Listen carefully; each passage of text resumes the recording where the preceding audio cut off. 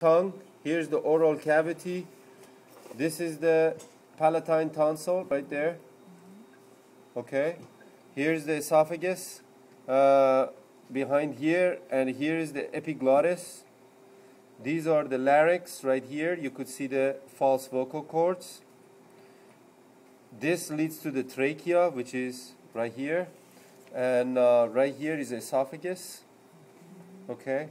As far as the trachea goes, you have the thyroid cartilage right here, cricoid cartilage right there, and trachea cartilage right here. Okay, so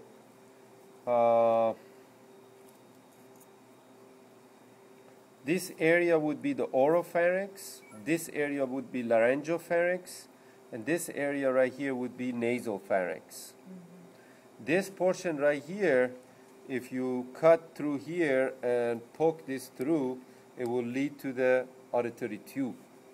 Okay, so this is a nasopharynx, laryngopharynx, and oropharynx, because that's the oral cavity, that's nasal cavity, and that's the larynx. Okay, so as far as the other part of the lungs, these are the lobe of the lungs, so you're familiar with it, right? What was the top one called? Anterior. Anterior, middle, and posterior, right? Okay. So I also had a small one down here, which was mediastinum, right? Mediastinum lobe. So this would be the right side, this would be the left side. Okay? Here's the diaphragm. The esophagus will pierce right through and links it to the stomach. Right here, you could see the falciform ligaments at the edge where there is bigger. These are the ligamentous teres. These are the lobe of the liver. So this is the right lobe, this is the left lobe. So you have superior lobe, you have lateral lobe. Same thing in here. You have superior lobe, you have lateral lobe, and caudate lobe right there. Sometimes they have an extra lobe, so you could call it the inferior if you want to. Okay?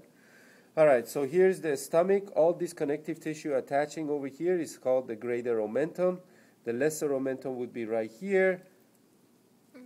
This area right there, that's the lesser curvature. This is the greater curvature. Okay, then the stomach, if you open it up, you're going to see gastric rugae in there. On top, you have the cardiac sphincter. Over here, you have pyloric sphincter. Then you have the duodenum. Side to the duodenum, you have the pancreas. This elaborated area is duodenum, and the part that is connected to the large intestine would be the ileum. So if you cannot trace it down, just go backwards. Here's the anus, here's the rectum, sigmoid, transverse.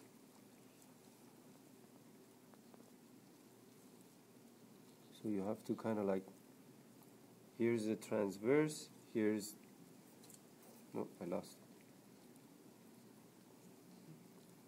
it. Right here. Okay, so right here you could see the small intestine. Look at the diameter. Now it's bigger, large intestine. So this is the cecum right here, and probably the ileocecal valve would be somewhere around here. You have to really cut it to see it. Okay, here's the cecum, here's the ascending, here's the transverse, here's the descending, and then the sigmoid, and then the rectum. Okay, so these are called mesenteries. You could see the mesentery arteries and veins there. Okay, as far as the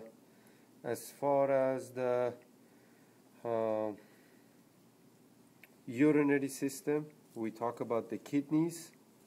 Okay, and probably you could see on this one the cortex and the medulla, medullary pyramid, the calyx, the pelvis, ureter, and the urinary bladder.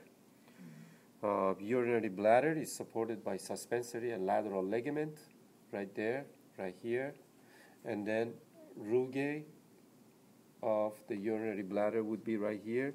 Here is the pair of ureter.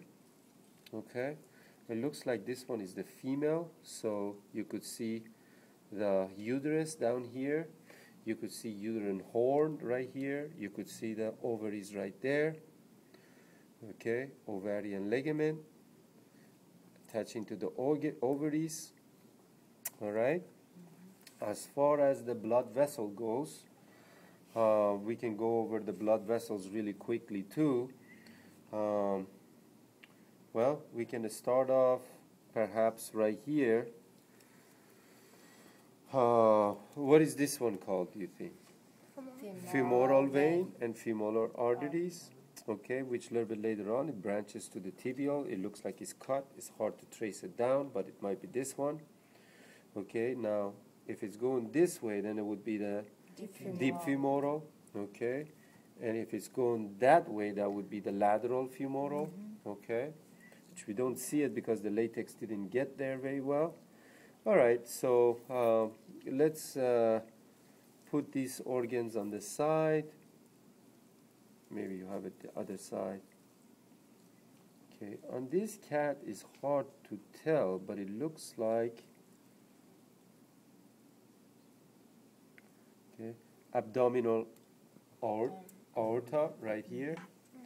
Here is the abdominal vein or inferior vena cava because it goes and merges into the vena cava. Okay, now if you take these, again, this didn't get it's not an excellent cat to review because it's hard to see, but you see that they bifurcate. You see, yeah, this is the external iliac. All right, and underneath it, you could see the internal iliac right there.